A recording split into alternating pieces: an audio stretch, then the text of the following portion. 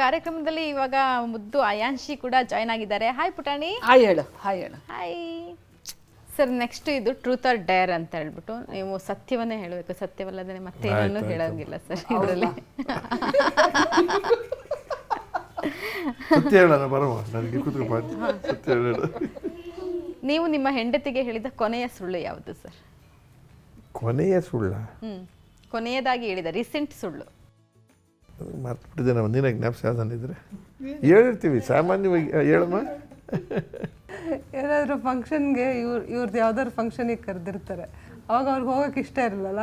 ಅವಾಗ ಹೇಳೋದು, ನನಗೆ ರಾತ್ರಿ ಈ ಟೈಮಲ್ಲಿ ಇನ್ನೊಂದು ಫಂಕ್ಷನ್ ಇದೆ, ನಾನು ಬರೋಕ್ಕಾಗಲ್ಲ ಅಂತ. ಆ ಫಂಕ್ಷನ್ ಇದೆ, ಎಲ್ಲೂ ಹೋಗಿರಲ್ಲ, ಮನೆಯಲ್ಲೇ ಇರ್ತಾರೆ.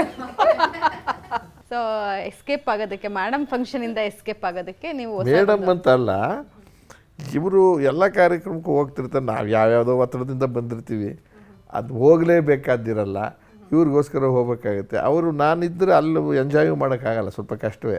ನನ್ನ ಸುತ್ಕೊಂತಾರೆ ಎಲ್ಲ ಹೋಗಲ್ಲಿ, ಅದು ಕಾರಣ ಇರ್ತದೆ. ಇವರು ಹೋದ್ರೆ ಖುಷಿ ಪಡಲಿ ಅಂತ ಆ ಥರನೂ ಮಾಡ್ತೀನಿ. ಸರ್ ನಿಮಗಿರೋ ಕೆಟ್ಟ ಅಭ್ಯಾಸ?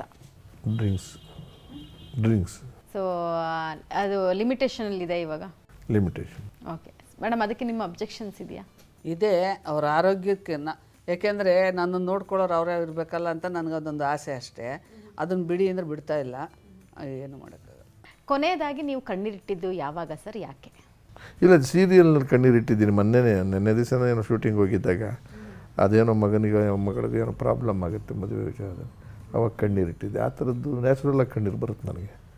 ನಾನು ಇಂಗ್ಲೀಷನ್ನು ಉಪಯೋಗಿಸೋದಿಲ್ಲ, ಇನ್ನೇನಿಲ್ಲ. ಇನ್ಯಾವುದಕ್ಕೂ ಸದ್ಯದಲ್ಲಿ ಯಾವುದು ಕಣ್ಣೀರಿಟ್ಟಿಲ್ಲ. ಅವ್ರ ಅಮ್ಮ ಅಪ್ಪ ಸತ್ತಾಗ, ಅದು ಹಿಂದೆ ಕಣ್ಣೀರು ಯಾವ್ಯಾವುದಕ್ಕೂ ಇಟ್ಟಿದ್ದೀವಿ, ತೊಂದರೆ ಇಲ್ಲ. ಈಗ ಸದ್ಯದಲ್ಲಿ ಇತ್ತೀಚಿನ ದಿನಗಳಲ್ಲಿ ಕಣ್ಣೀರಿಡುವಂಥದ್ದು ಘಟನೆಗಳೇನು ನಡೆದಿಲ್ಲ ನನಗೆ. ಯಾವ ಸಮಯದಲ್ಲಿ ಕಣ್ಣಿಗೆ ಸಮಸ್ಯೆ ಆಯಿತು? ಬುಲೆಟ್ಸ್ ಶೂಟಿಂಗ್ ಪಿಕ್ಚರ್ ಶೂಟಿಂಗ್ ಮಾಡ್ತಿರ್ಬೇಕಾದ್ರೆ ಶಂಕರ್ ನಾಗ್ಗೆ ನಾನು ಹೊಡಿಬೇಕಾಗಿತ್ತು ಪಿಸ್ತೂಲ್ ತೊಗೊಂಡು.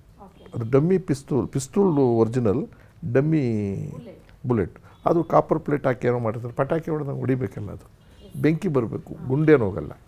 ಅದು ಈಗ ನಾನು ಸ್ವಲ್ಪ ತರಲೆ ತಾನೆ ತಮಾಷೆ ಮಾಡುವಾಗ ಹಿಂಗೆ ಹೊಡೆದೇ ಆಗಲಿಲ್ಲ, ಕಣ್ಣು ಹತ್ರ ಇಟ್ಕೊಂಡು ಹಿಂಗೆ ಇಟ್ಕೊಂಡು ಹೊಡೆದೆ.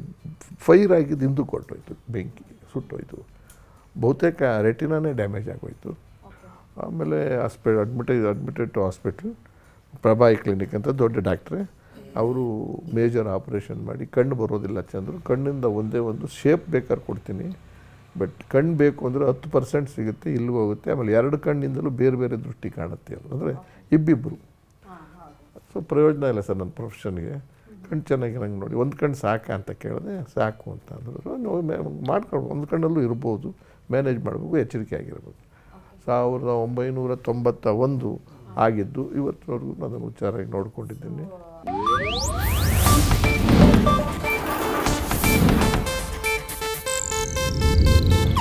ಇದು ಏಷ್ಯಾನೆಟ್ ನ್ಯೂಸ್ ನೆಟ್ವರ್ಕ್ ಪ್ರಸ್ತುತಿ.